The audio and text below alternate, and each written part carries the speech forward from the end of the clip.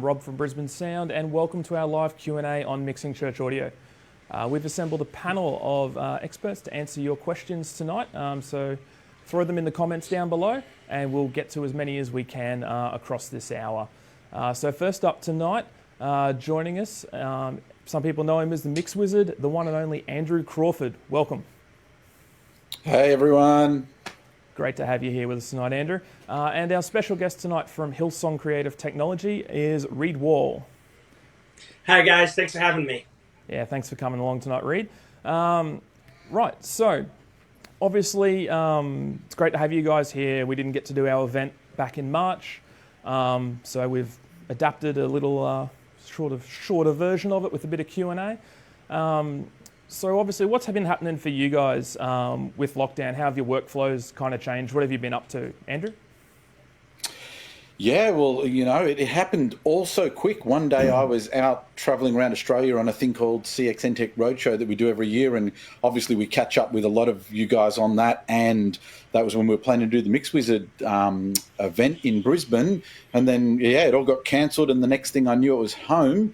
And my phone and email was going hot from churches and that just needed help with streaming. And if you've seen it, that's what led me to set up this YouTube channel called The Mix Wizard. And yeah, just being basically creating content to help churches at this time and help people, you know, upskill their mixing, because we're going to come out the other side of this and everyone's going to want to be better engineers. So that's what I'm doing.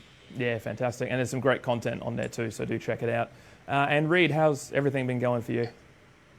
Yeah, it all happened pretty quickly, but we're working hard at making sure all the people in our team and in our church are doing well and connected into what we're doing, and making sure nobody gets lost, falls through the cracks, so that when we come out of this, people are well and we have a team to come back to.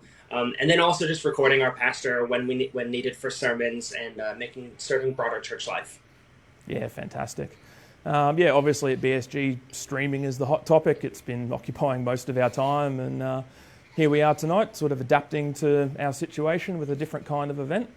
So yeah, let's get straight into it. So yeah, don't forget, get your questions into the comments and we'll get them up as soon as we're able to. So let's get the ball rolling. We had a few questions sent in earlier today. So the first question we had come in was from someone, and they say, I mix front of house at church, but I've never done a broadcast or a stream mix. How should I approach this? Should I listen to my PA system, use headphones, in-ears? And what's the difference between a front of house and a stream mix? Andrew, I know you did a great little episode on your channel on this. Do you want to give us the condensed version? Yeah, definitely. Most of it is the same process. It's about creating a mix that sounds great. It is for a different environment though. So one thing I talk about, and headphones would be my choice in this environment. And it is great to have a pair of headphones that you know and trust, and you listen to music on and you know what music should sound like on them. So if you can get a pair of headphones and listen to music, I would also, as you're building your mix or taking your existing front of house mix and adapting it, listen to some other music that you know sounds great and use that as your reference, and do the best to carve up and craft your mix to sound like the reference mix.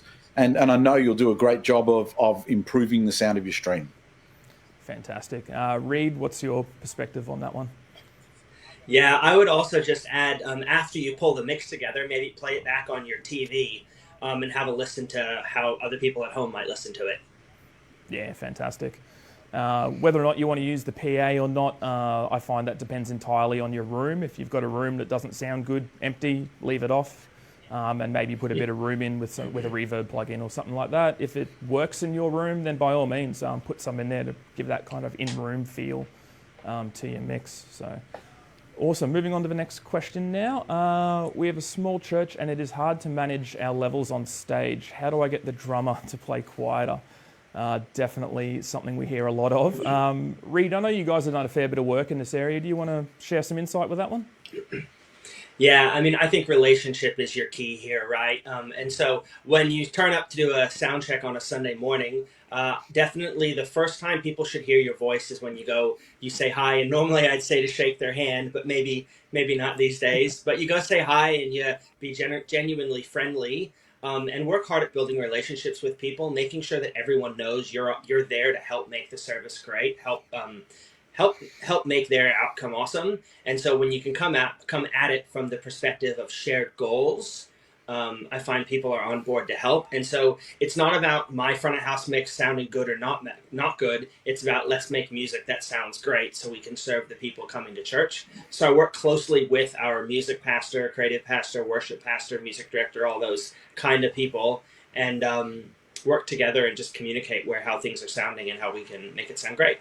Yeah, fantastic. And any sort of monitoring requirements you find to help out there as well? Yeah, that's a good note. So if you're in a small room and let's say you don't need overhead mics to make the cymbals heard in the auditorium, but your drummer's playing with in-ears, so they're then smashing the cymbals because they're effectively just got earplugs on, they're going to struggle to hear the cymbals. So I would definitely make sure there are overhead mics so that the drummer can hear the cymbals, even if you don't need them in the VA. Yeah, fantastic. Crawford, And if that anything to doesn't add? work, just break his fingers, you know. No. One thing I will add, sometimes it is not, you know, when you are a learning drummer or depending on your cost ability or what you've spent, it is unfortunate that more cost-effective cymbals can sound harsher. So it is sometimes it's definitely actually worth looking at cymbals and the choice of cymbals. And it is if whether people are under. I only saw this at NAMM this year. There's a great products out now. They're quiet cymbals and they've got a whole bunch of holes drilled in them, and they sound really good, but they are definitely softer. So there are some practical things you can do within the choice of drum kit and cymbals that helps that. Yeah, and 2Bs is not that choice. Yeah, fantastic. Awesome. All right, next question we got coming along tonight. Are you all fans of using multi-tracks at church? And if so, how prevalent do you make them? Really, for me, it depends on the band and sort of what you're trying to achieve there. Are you trying to supplement the band? Do you not really have a band? And you're sort of relying on those tracks to fill out something a bit extra in your sound. But definitely, I think they should be not a feature, but just something that reinforces the band that you've already got there. Andrew, what's your take on it? Well, yeah, definitely. As you said, Rob, for some smaller churches, you may not have a bass player, so that those multi-tracks type websites and setups can be handy if you don't have a bass player, or maybe you don't have a keyboard player, or you don't have a drummer even, and it can help you to get a bigger sound or a fuller sound by using the tracks for some small church environments. When you get to a larger church, then it's a matter of pulling it all together, and it is a little bit like Reed said. Sometimes you have to have combos because you'll find that the instrumentation is on the track and then the people on stage trying to play the same instrumentation, and normally they're not in time and you're getting all of it. It actually doesn't help. So sometimes you need to either take it out of the track or the person on stage needs to mime that section. Fantastic. Reed, anything to add to that? Yeah, everything Crawford said. I think one thing that might be helpful is if you multi-track your service with the tracks rolling, and then find a time midweek to come in with your music pastor or your creative pastor, whoever, a key musician maybe, play back the service multi-track and go, okay, how do you envision this all coming back together in the live environment? And kind of let them hear it and be a part of the creative process. Yeah, awesome. Yeah, good. Cool. Right, that knocks that one. Let's move on to the next question. Advantages and disadvantages of triggering compressor on bass from the guitar, or bass guitar from the kick mic. So side chain compression on the bass, basically. Reed, you look like you're chomping at the bit to answer this one. No, that's all Crawford. That's all Crawford? All right, over to you, Crawford. Oh, it's not something. Now, it's a stylistic thing that they do in certain styles of music, dubstep and things like that. It's not something I've ever done in church. If I want less bass guitar, I will EQ, or I'll have the balance of that where I want it. I don't want when the kick hits, I don't want it to take power away from my bass guitar. That's quite, I don't know. It's not the sound I would be going for. If my bass is too big, then I would be EQing it and getting it to sit in the mix. I want the kick and the bass to coexist all the time. Yeah, I don't. I definitely. It's not something I do. It's definitely something that's quite popular at the moment. I'm not sure what YouTube video it came from. Yeah, it's not normally a technique I use Okay, for fair enough. church. Yeah, Yeah. yeah, noted.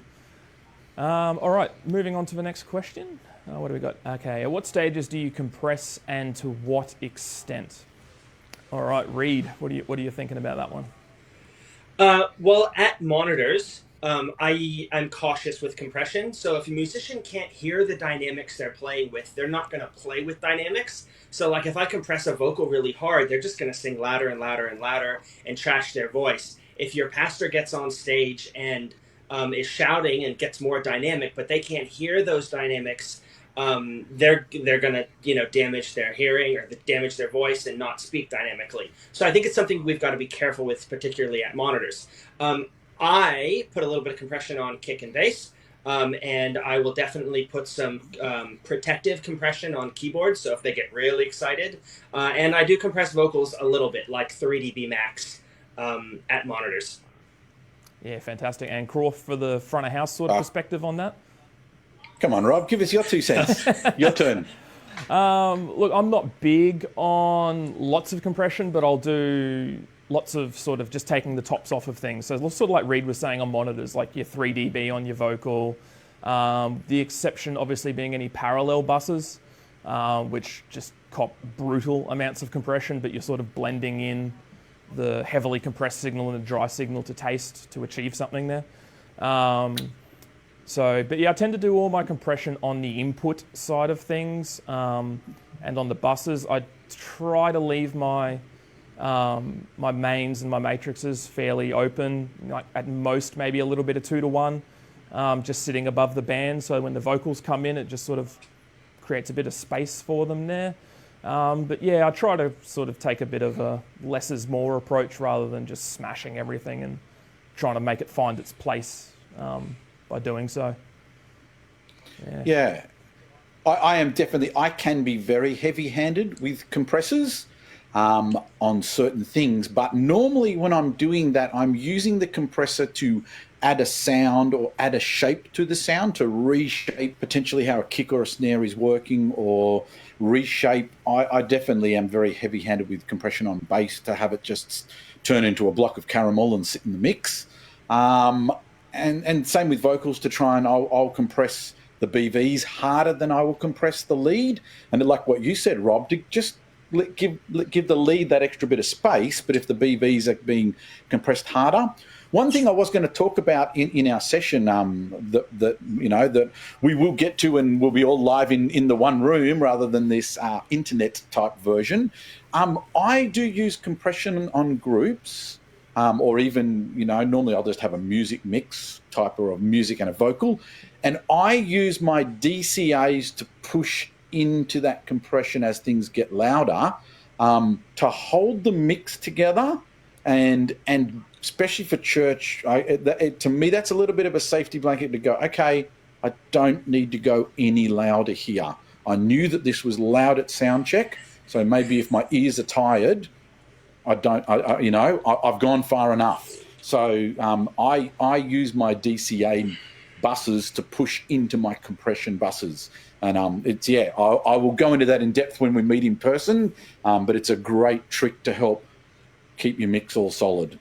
Yeah, fantastic. And I will agree with you there, the bass does cop a fair bit of compression usually. It's just good to get it to sit. Yeah, solid block, like you say. Yeah. Awesome. All right, let's grab the next question. Cool. Are you tuning vocals in real time with waves? Are you using any drum triggers for sampling or triggering gates? We were literally only talking about this today, Crawford. Yep. Give us the skinny on it. Reed, go for it, Reed. Oh, okay. Anytime I have the option, I will put some gates. I will put triggers on all the drums so that I can key the gates off them. Yep. So you're using the trigger purely just to open and close the gate.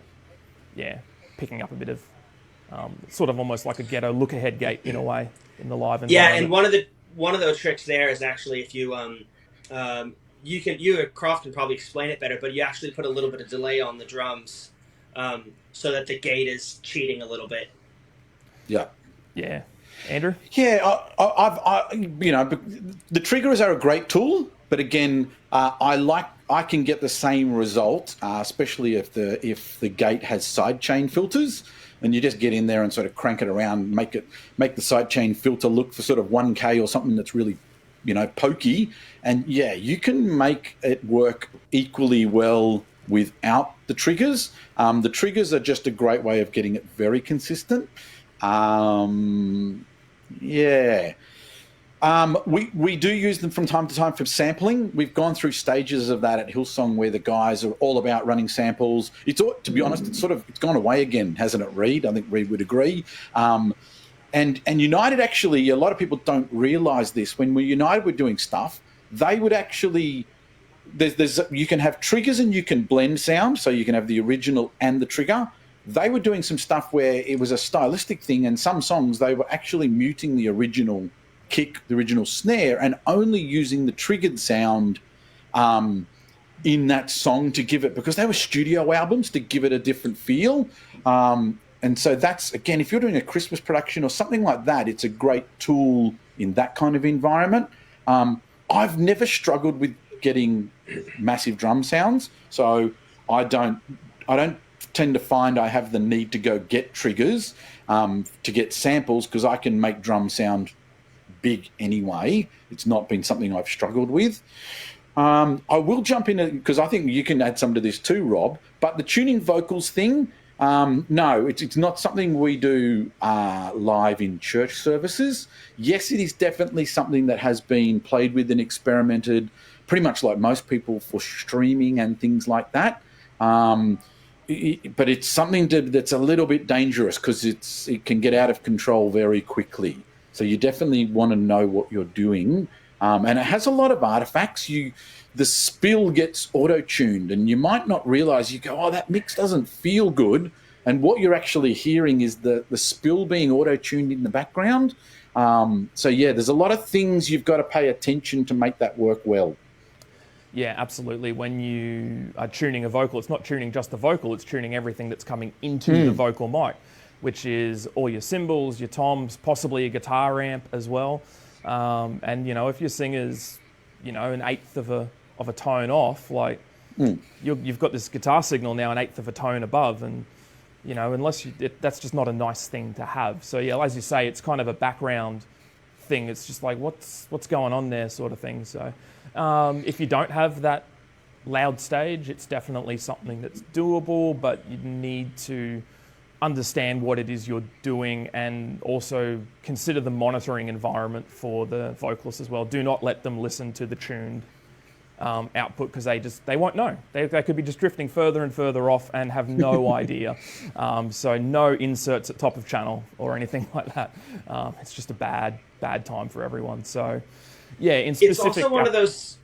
Yeah, you go. It's also one of those things... It's one of those things that makes you less flexible.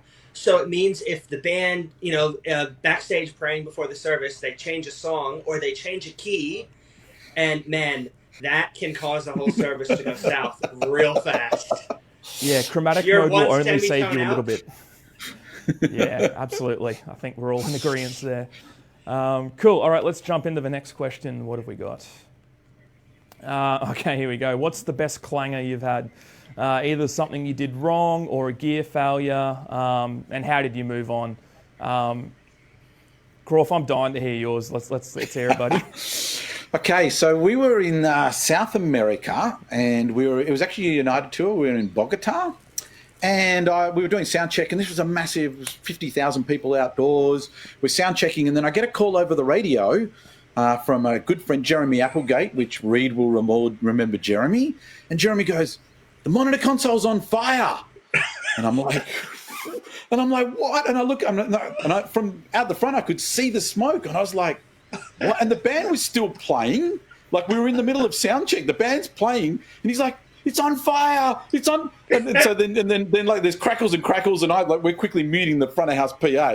The band just stopped because obviously their noise stopped. By the time I get down there, we're talking analog console, and it's just a molten mess. Like all of them, all in the knobs. There's just this massive circle in the middle where all the plastic is all just melted into itself.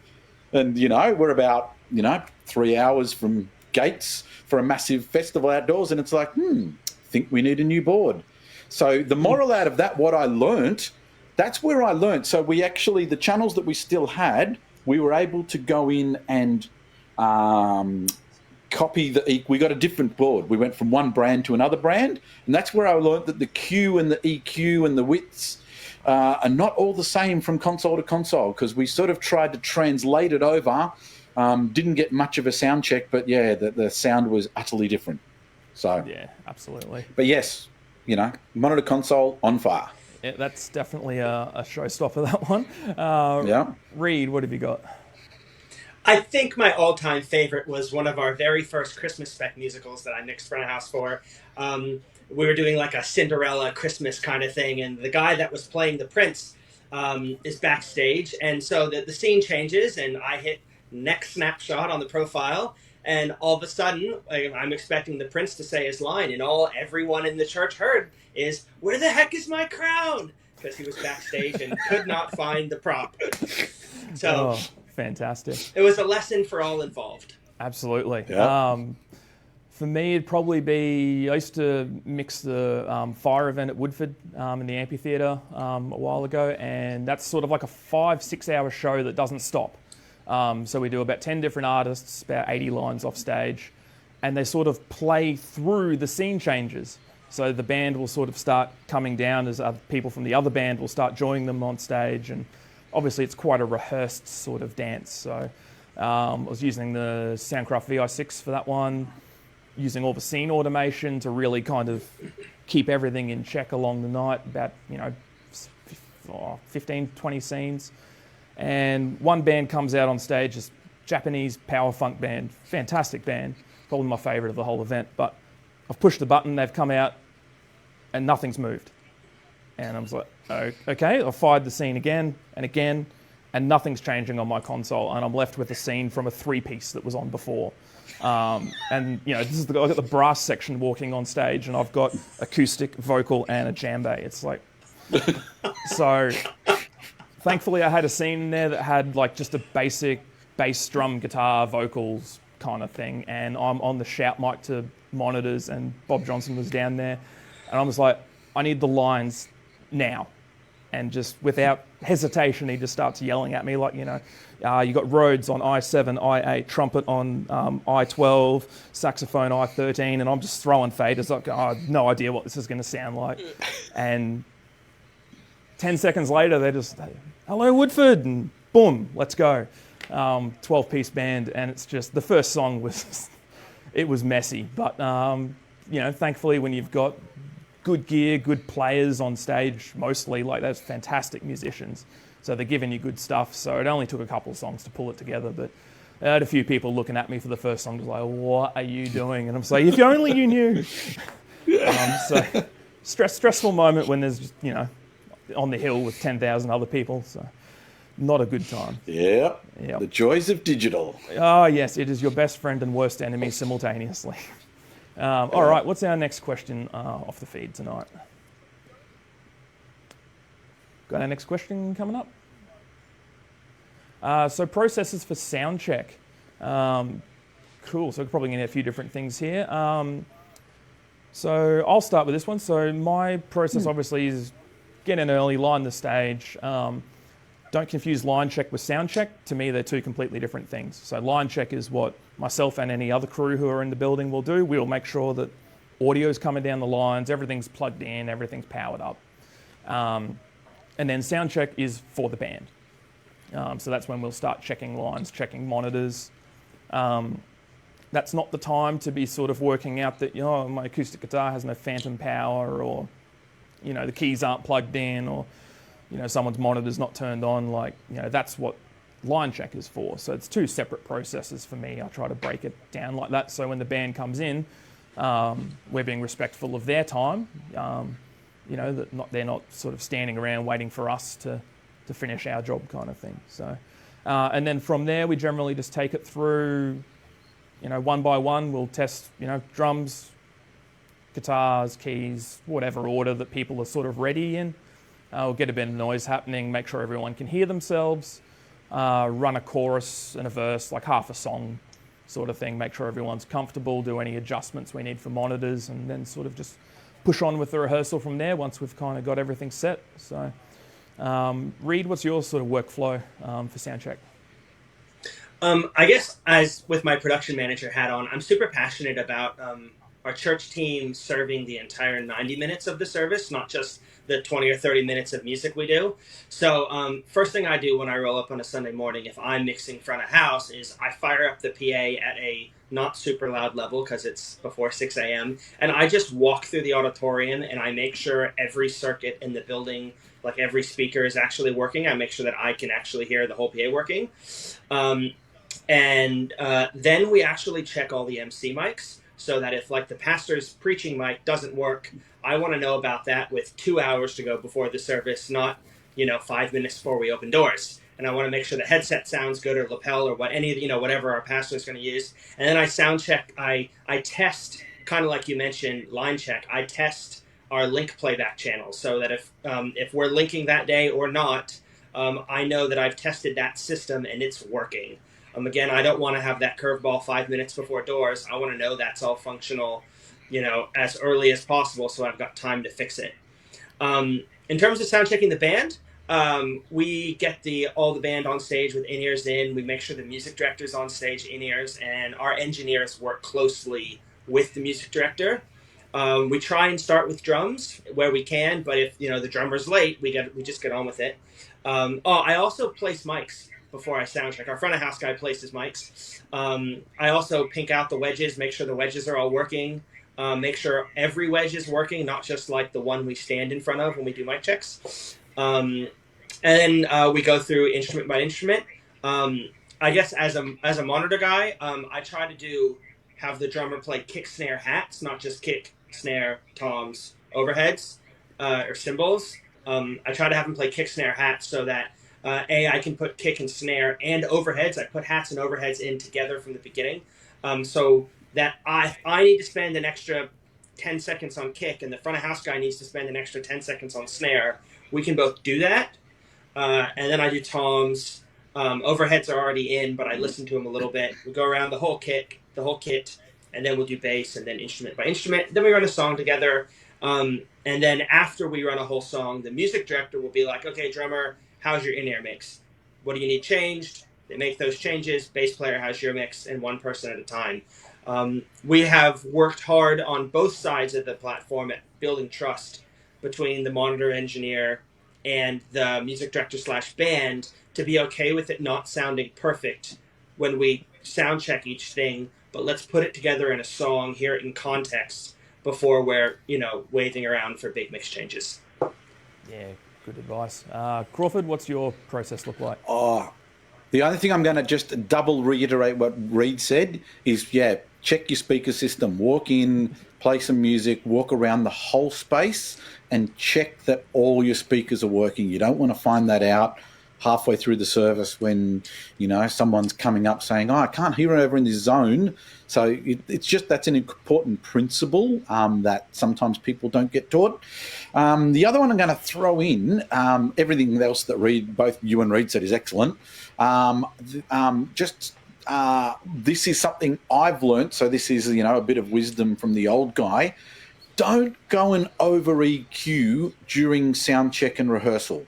So when you check the drums, make them sound good, learn to be fast, okay? Make decisions, like go with your gut and go, yep, that's how I need to do it. If something does need work, stop and fix it, but be decisive, get in there, make it sound right.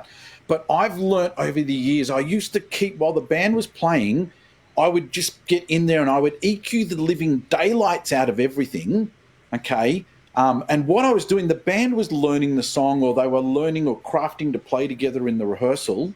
And all I did was take the life out of everything. So just stop and listen. If the band is still putting the song together and putting all the parts together, just stop and listen. Let them settle. Once they've settled, change some EQs, but don't dive in too early to over EQ everything, because I've made that mistake, and it's something I am very conscious about now is, don't over EQ.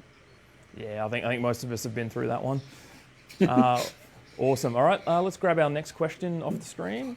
I've heard Dyne 8 being used almost like a gate on a vocal microphone. Can this same technique be applied on other instruments like drums to control blend? Crawf, you're the man on this one. To control bleed. Okay. So what they're talking about, it's using Dyne 8, which is a dynamic EQ, and using the top end band of the dynamic EQ in expander mode. So when the person is not singing, it just sucks all of the top end out of their vocal mic, which obviously gets rid of all of that spill. And as soon as they sing, it pops back up to zero. Okay, it's a great technique, and there are other things. Waves have a thing called PSE, which primary source enhancer, which does the same kind of thing. Gates don't work. I've tried gates. Well, I could never make a gate work. They just pop in and out, and it just sounds unnatural. This is a great technique. Now, so the Dyne 8, I will put that on choir mics. I will put it, if you've got strings or flutes or instruments like that, when I mix orchestras, I do the exact same trick where I just suck all the top end out on strings and woodwinds and oboes and all of those kind of things. As I said, choir mics. It is a really good trick, but it is only... It is ultimately a band-aid. Moving people, sometimes I'll throw this one in, actually. Sometimes we might have a newer vocalist who is not quite confident and they are standing in front of the drum kit. I will just go move that vocalist. If they end up being given a song to lead, I'll go have a chat with everyone on stage and say, I cannot get them clean. I would like to move them to the other side of the stage if they're going to lead that song, so they're not leading in front of the drum kit. Can this technique be applied on other instruments, like on drums? I don't normally have an issue with bleed with drums. So the only ever time is if maybe the bass player has stuck his amp and he's playing towards the drum kit and you've got a bleed of, bass rumble. Because I'm lucky enough, most stages we have the guitar amps and things like that are all backstage or in boxes.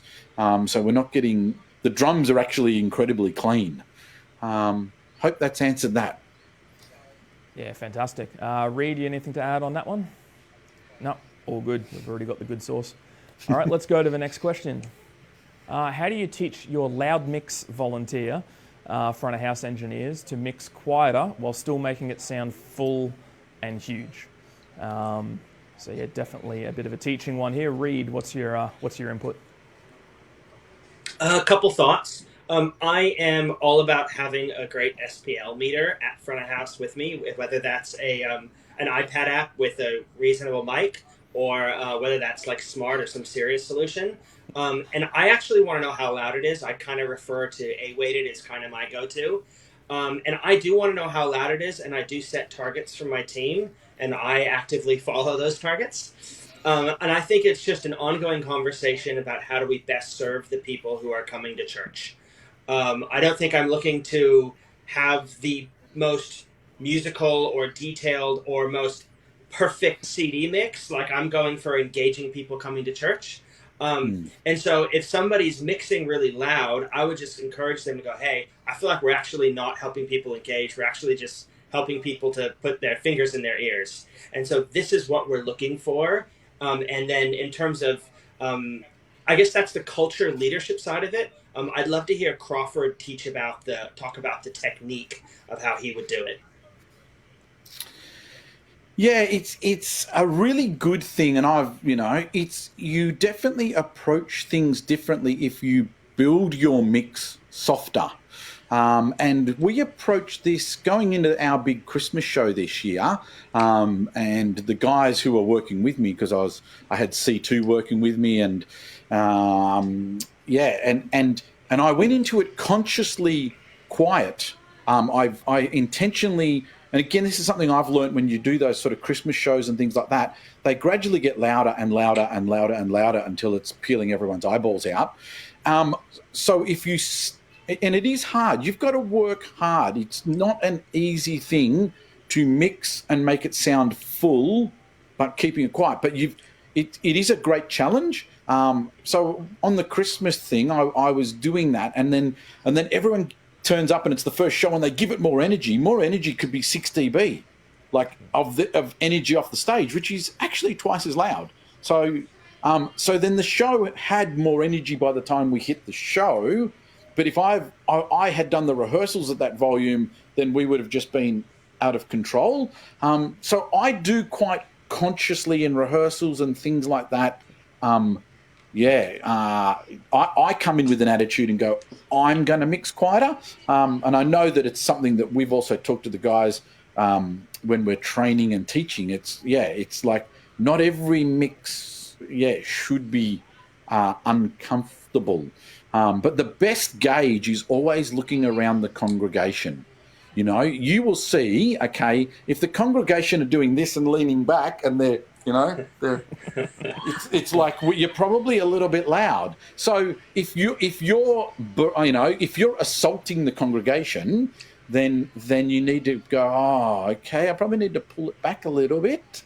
So definitely I always, and we all do this. I know all of our guys, first song, second song, they'll be looking around the congregation to go, the congregation engaged?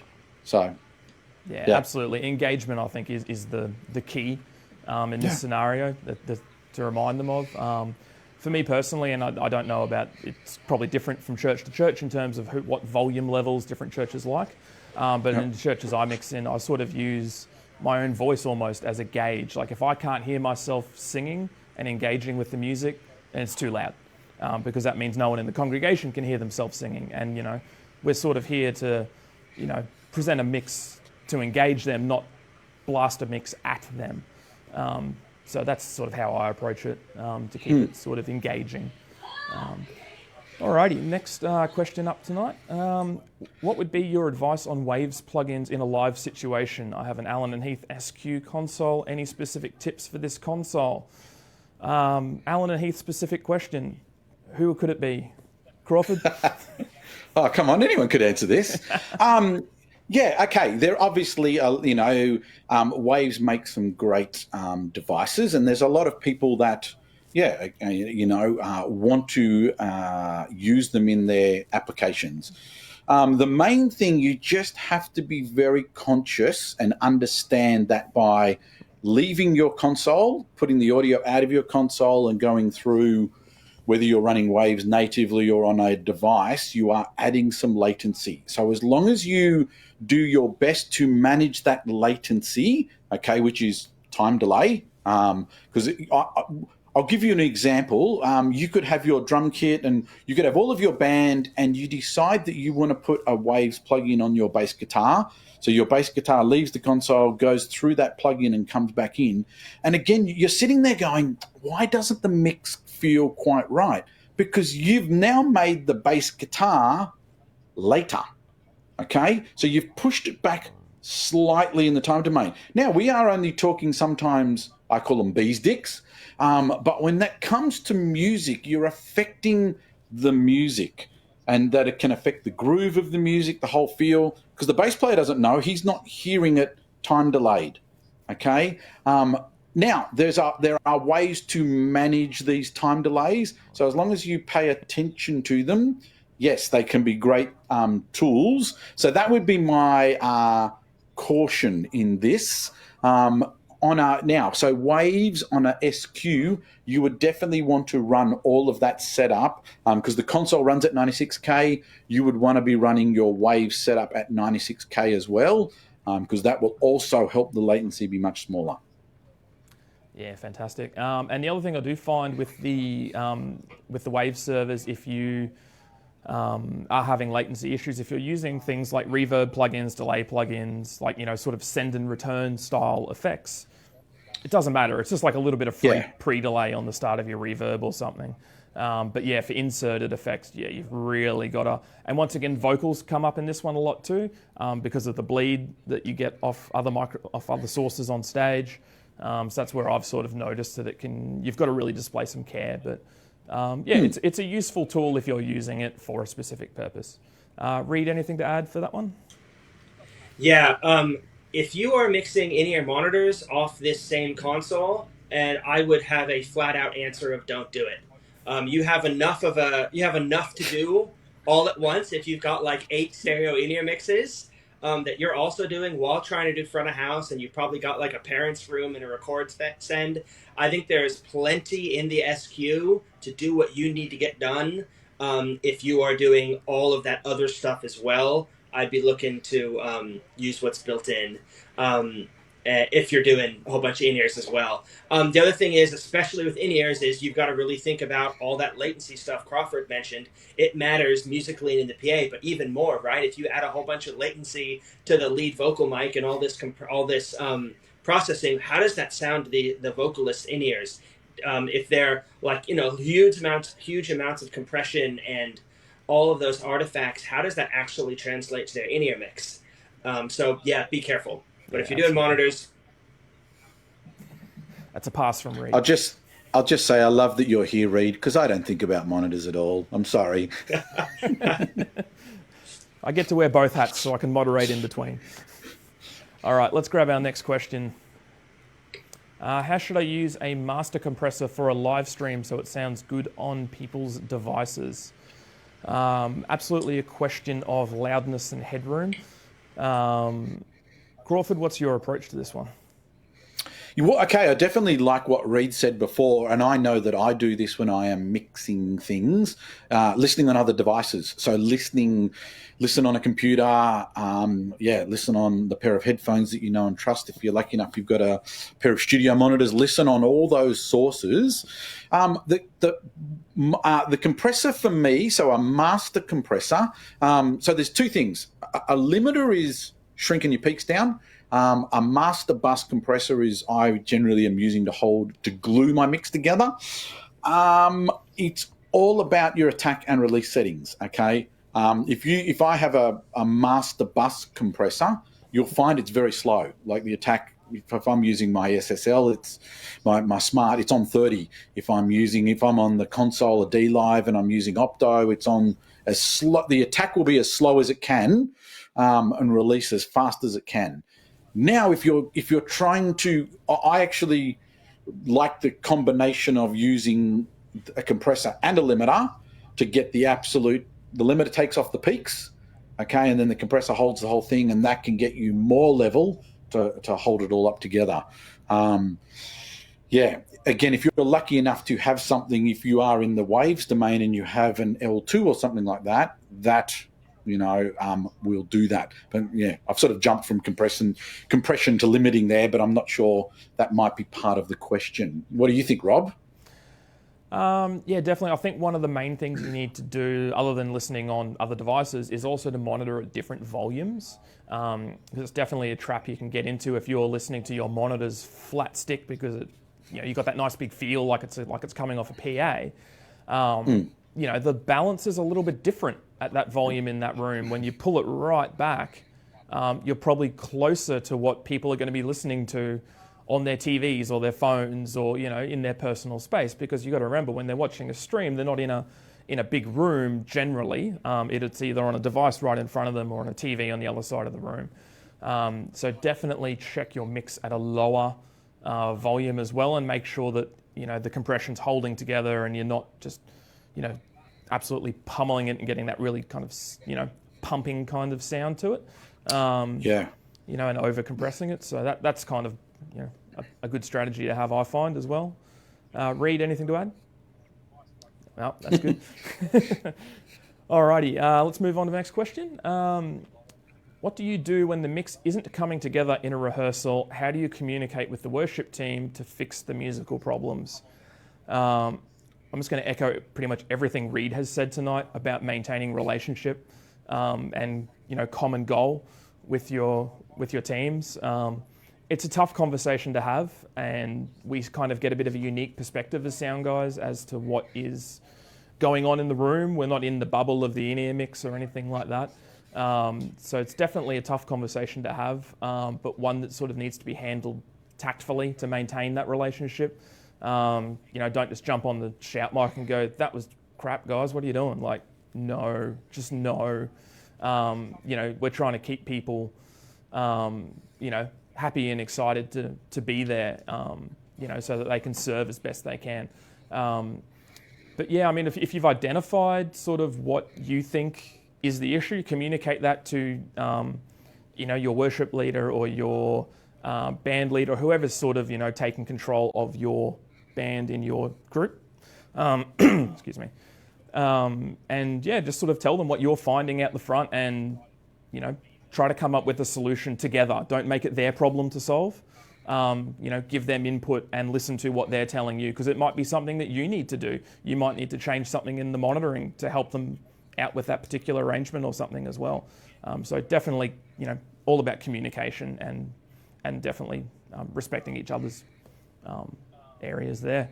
I've got a left of field one here, and I've actually done this. It was just Sunday. It was a Sunday morning, and it wasn't going great. And I sent one of the team off to get everyone coffee. And once we all had coffee, we stopped and talked. Okay, but because the team knew that the rehearsal wasn't going well, so they were already stressed. Okay, so trying to say, hey guys, let's stop for a second. They would have got stressed, but once everyone has a coffee, they went, and we stopped and talked, and everyone knew it wasn't quite right. We fixed a couple of things, and we actually changed a song and changed some things. But it was just an active way of diffusing the situation without going, hey guys, we've got a problem here. I've actually seen one. I was there once and another time where a rehearsal was going quite bad, and the monitor person actually went, hey guys, I've got a technical problem. We just need to stop the rehearsal right now. Everyone needs to go away for 5 minutes. And when you come back, I'll have it all fixed. And they came back and everyone got on stage and everyone had cleared their heads and they were like, that's awesome. That was great. Now, the reality is he actually didn't change anything, but everyone was all just getting to that point where it was all just high stress. And taking that 5 minutes to clear everyone's head made all the difference. Great. Reed, anything to add? Yeah, I guess on the musical challenges, I try to come into a rehearsal prepared musically, so I know the arrangements, I've listened to the arrangements, I have my head around where it needs to go in terms of music and mix and how it translates, and that gives me the ability to engage with how it comes together. And so if I know the arrangements, I can communicate about the arrangements. I know the missing guitar part, I know the missing drum groove, or how things are supposed to come together. I can help communicate at that level. Yeah, that's fantastic. Yeah. Awesome. All right, let's move on to the next one. In a venue where there is a degree of feedback at certain frequencies, what techniques would you use first to eliminate these? Would you tune the room first, or would you employ some sound treatment? Bit of a multi-pronged approach there. If you're getting feedback, it's pretty much always, feedback is the microphone hearing itself back through another source. EQ is your friend here. All your outputs need to be EQ'd to compensate, and EQ'd to the sources going through them most likely to be causing feedback. So the vocal mics, for example, are probably number one offender, and headsets and lapels for preach as well are obviously up there as well. But I would suggest things like set yourself up for success. Use all the same vocal mics. I've seen quite a few smaller churches where they'll have a pair of 58s, pair of Sennheisers, someone's brought their own microphone as well. And it's like, whatever tune you've got on your monitors is only going to work for one of those microphones. It's not going to work for all three types. So set yourself up there so that you can get a solid tune, and hopefully that'll help you avoid feedback. If you're getting feedback from the room, once again, it's probably a tuning thing if it's coming from front of house. And like I said, headsets are the number one thing you'll find there, and they're not easy. But it's going to be a lot easier to get some extra EQ or spend a bit of time with a spectrum analyzer and see if what you're doing on the EQ is what you're actually hearing, just to verify that you are grabbing the right frequencies that you think you should be. Because if you're going to try and modify the way a room sounds, we're talking big dollars there. Like, it's not something that you can do with some baffle board and and a couple of traps or something like that. It's going to dull the room down, stop some reflection for sure, but it's not going to change the frequency response of a room in any considerable way. Reed, what's your kind of takeaway from that one? Yeah, I mean, I'd be looking to make sure the PA is pointing at people and not so much at walls. And so you're minimizing reflections around the space. And so definitely like room treatments and designing the room from the beginning and managing reflections is a big deal. And, looking at where the PA is hung, making sure it's not hung way behind the vocal mics, good gain structure, and then spot on tuning. Yeah, great. I've got a unique one I'll throw in here because, everything you guys have covered is excellent. The positioning of the PA could be an issue. I went to a church and they were struggling with a low-end thing, and they didn't quite realise they had subs mounted under their stage, and when you have subs under a stage, it turns the whole stage. If the stage is just a big cavity, it's actually turning the stage into a sub. What you're creating is now a massive sub because it's just this one big box, and they were struggling because the subs were activating the stage, and the stage was then making like the kick drum feedback, and the bass guitar was all out of control, and it was quite interesting. All we did was we pulled the subs out from under the stage and we sat them next to the stage, and it sounded awesome. And it was literally just a matter of moving it, because the room that they put the subs into, that room being under the stage, and that was creating an environment that was not awesome. Yeah, absolutely. The subs under the stage will definitely do that. All right, next question we got. In a venue, here we go. When you mix on a mono PA, how do you get the best separation of instruments that play in a similar register, i.e. acoustic, electric guitars, keyboards? Crawford, what's the go? Oh, that is, the reality is that is a struggle. In our music, which is everything is all on top of each other, and a lot of the arrangements are written where everything is all voiced the same, a mono PA is quite a struggle.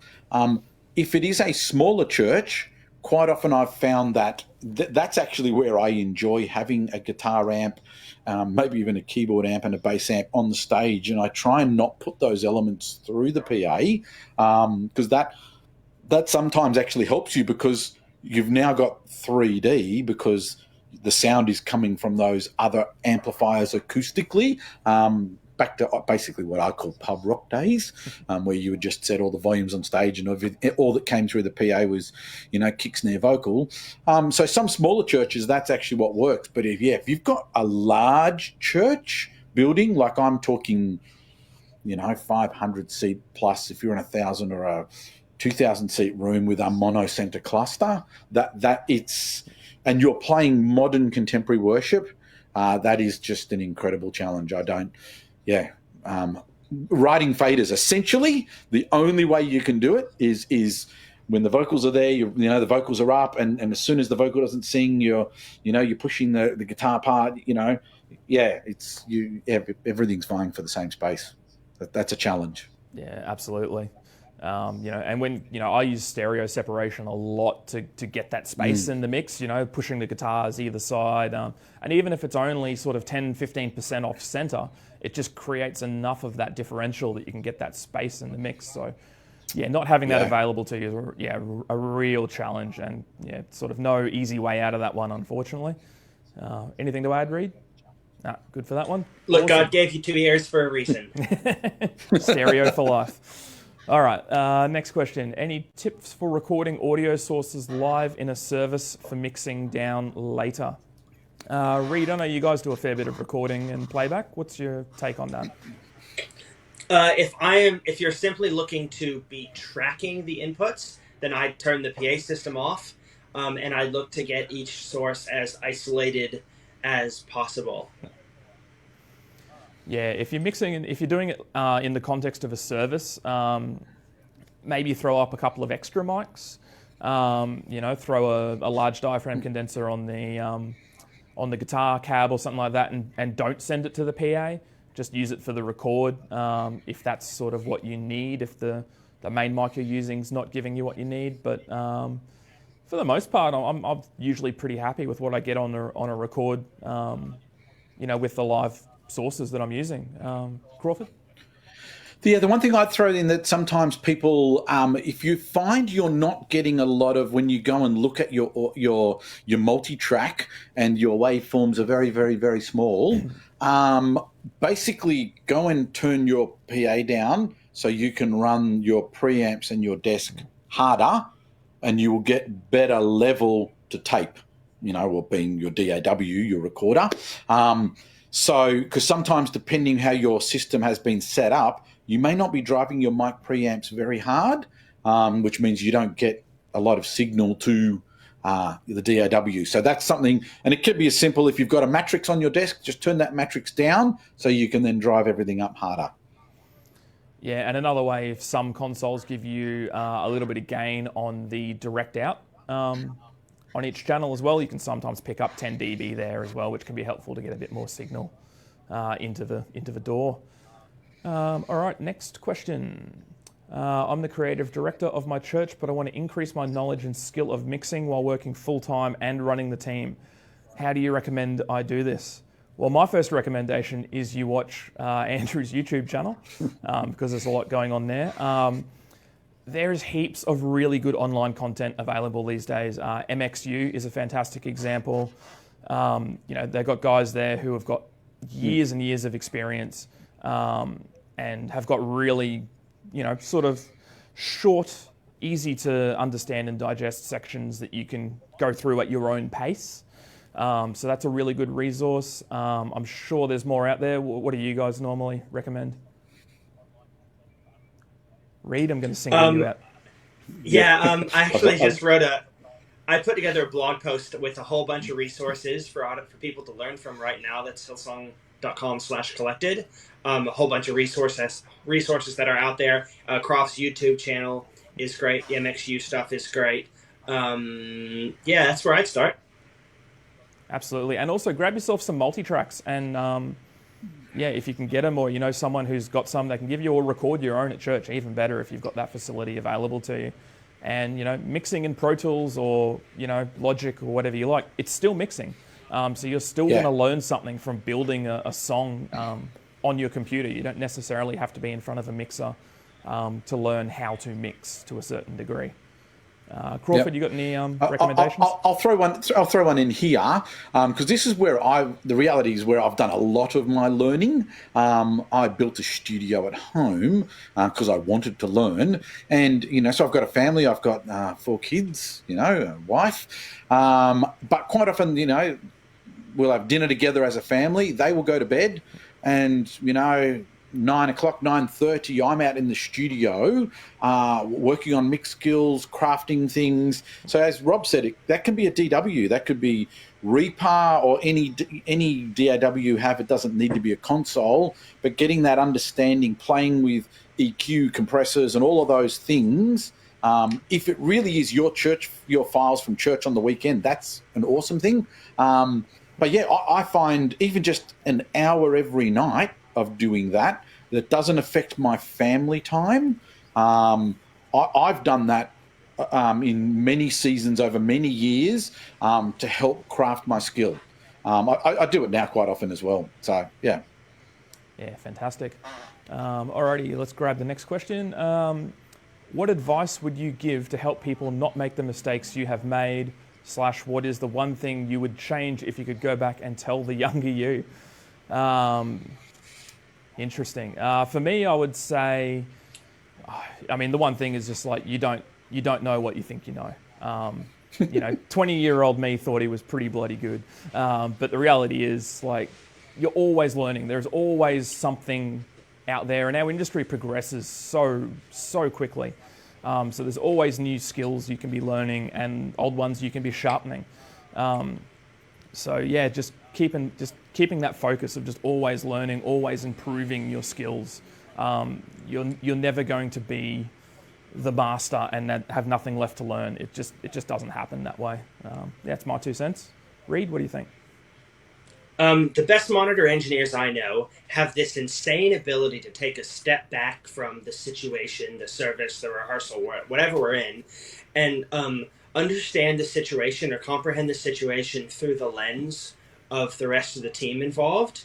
And so see that we're not just standing here making music, but there's people's lives going on, relationships at play, challenges with people having skill challenges with playing the music or not knowing the words or worried about whether or not they'll screw it up or whether or not their sister or boss or parent or girlfriend is going to be happy with what they do.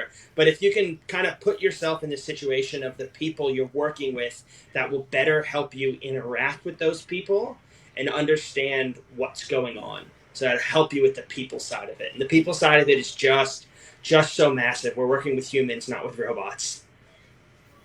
Yeah, fantastic. Crawford, what do you think? Well, first off, I want to know if the 20-year-old Rob had that awesome beard. You know, it's definitely He did definitely not. He it's did not. definitely growing in lockdown here. You know, there is shavers. You know, we're not. You know.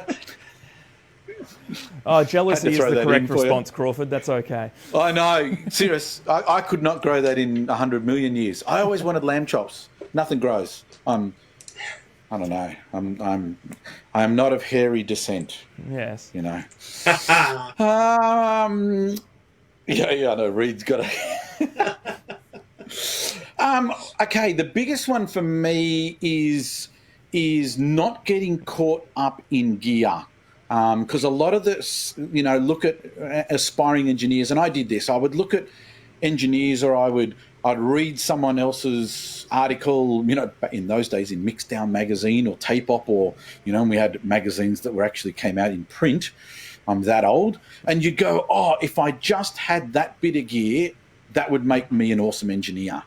And ironically, I'd go out, I bought bits of gear, and it didn't make me any better. What I would love to teach young people is sound engineering and mixing is a skill, and you have to work at it. You have to refine it. No different to any musician refining their craft and learning the notes. You've got to learn the technology, but you should be able to do that on no matter the gear. Now, I'm going to clarify, there is good gear. Okay, there is great gear, and it's really nice when you're on a great PA system and a really nice mixing desk, and you go, wow, this is, you know, sounds great. You should be able to, and I say this to the guys going, cool, give me whatever console. You know, I should be able to mix because they are just a tool, and as an engineer, it's the skill that uses that tool to craft the end result. And yeah, that's the biggest thing I learned, and probably one of the biggest mistakes is thinking it was all about a piece of gear that would make me awesome. And yeah, the longer I have been going down this path and the longer I've learnt, the more I learn, it has really very little to do with the gear and everything to do with skill and refining that skill. Yeah, excellent. All right, this is going to be our last question for the stream tonight. So let's see what we've got. Any tips on mixing monitors and front of house from the same console? So many things here. Let's just try and keep it short though. Reed, let's grab your input first. So prep is so important. Build mixes before you get there. I generally am working on keeping things as simple as I can, so I'll build all our mixes. Consider that your mixes need to go to front of house and monitor, so cautious with compression, like complicated compression, and going too surgical with your EQ. So work on tuning your outputs. So if you get the PA tuned really well, you need less EQ on all your inputs. And just constantly think a lot about how pre-fade and post-fade affects things. So for instance, input delay on Yamaha consoles only affects post-fade sends. So if you've got like a video that you need to line up with the screens and you've pre-faded that to the band's ears, then that the band's going to be, going to hear that video without the delay. Or things like your pastor's microphones and where that's pre and where that's post. So like I make my pastor's microphones pre-fade to the wedges so that if they're speaking softly and I have to push their channel fader up by 5 or 10 dB, I'm not pushing their microphone into feedback in the wedges. But I make it post to all the in-ears, so if the pastor gets on stage, if he's whispering and I push the fader way up, the band benefits. If he's screaming and I pull the fader way back, the band benefits from that as well. So just thinking a lot about both, and just spend time prepping the show file so you've got all your panning dialed in before you get there. You've thought about your gain structure so the level you're sending to the PA works with the level you're sending to the in-ears, and so kind of it all kind of matches up and lines up. Yeah, fantastic advice. One thing that I've found particularly useful to do over the years, and only in select scenarios, I try not to do it all the time, but if you have one or two particularly problematic inputs and you have the ability to split that to a second channel on your console, and then you can have a dedicated front of house channel and a monitor channel for the same input. And that way, if you really need to push something around with EQ or delay or something to get it sorted for front of house, you can leave the original clean signal there for the monitors, and you've got that kind of get out of jail free there. So that can be one way to kind of help in extreme scenarios. But for the most part, yeah, as Reed said, like prep and just knowing what you're doing and how it affects both the front of house mix and the people on stage, because there's a chance that if you change something, like if you grab a gain knob, you need to know that that's gaining up on the stage as well. So you're going to want that to be the result from you doing that. So just being mindful of what you're doing at all times is affecting the stage too. Crawford, anything to add for that? Well, yeah, because it is such a thing that, ultimately I don't do that often, but I have been involved in setting it up a lot of times. And I do find myself in the application. And exactly what Rob said, if I can, I will take a few select channels. Maybe it's only the vocals. That is a great thing of digital consoles nowadays, that you can easily just double up here those channels, not send them to front of house, and just have now 2 vocal channels, and one lot of vocals is to just go to your fallbacks. But exactly what Reed said, or what both you guys have just said, it's all about your gain structure. And I'm very big on this whenever I help anyone set this up, that when the microphone is at the fader at 0 and it's coming out the PA and sounds awesome and is the correct volume, okay, that should also be when you dial it in on the pre-fader send to the monitors, that should be 0 on the monitors. So it's about setting the gain structure of your speakers or your whole monitor system. So whether that's some in-ears, whether it's fallback wedges, it's about getting that whole gain structure. And it's very tedious, okay? It's a very tedious task, but it is so worth it in the long term, because someone gets up on stage, you push the mic up, you go, great, it's in front of house, and I can dial that to 0 in the monitors, and it shouldn't feed back because you've done all of your discipline of setting all of those levels. And if someone says, I want that vocal, you can dial it to 0 in their mix, and it's going to be boom. So that is a whole preparation thing, not to be done on Sunday. That's actually when you're setting your system up. And if you've never done that with your system, or you don't understand, it's something that, BSG have the skill to help you do that. It is definitely a worthwhile thing having your system. Essentially, it's gain matched. So gain matching your front of house and your monitors and all of your scenarios, so everything works beautifully. Fantastic. And I'll just add one more thing in there. So just because there's only one console, the beauty of all the new mixing platforms with iPad remotes, you can still have 2 people involved, and it's actually an awesome way to grow your team. So you can get it all dialed in, then you can hand somebody an iPad, send them to stage, and go, hey, you go adjust the in-ear mixes for the band. And that's one more person that can be learning, and you can use it as a great way to upskill somebody. Yeah, absolutely. All right, well, that brings tonight to an end. So thank you so much, everyone, for tuning in. And a big thank you to Andrew. Thanks for coming down tonight. Really good to see you again. No, thanks, BSG, for hosting this. And thank you. I presume some people were watching online, and I hope this has been really helpful. I'm looking forward to when we can do it in person, in the same room again, and play audio and do the things we love. But, hey, I think this was a great suggestion of BSG to throw this out as an option in this time. So thanks, guys. Not a problem. And thank you so much for our special guest, Reed, for joining us tonight. Thanks for coming down, shared some great stuff. Thank you. All right, so that's it from us tonight. Thank you so much. As Andrew said, we're looking forward to being able to run this event live as originally intended, and we will let you know through our socials as soon as we are able to do that, and we do have a date locked in, so keep an eye out for that.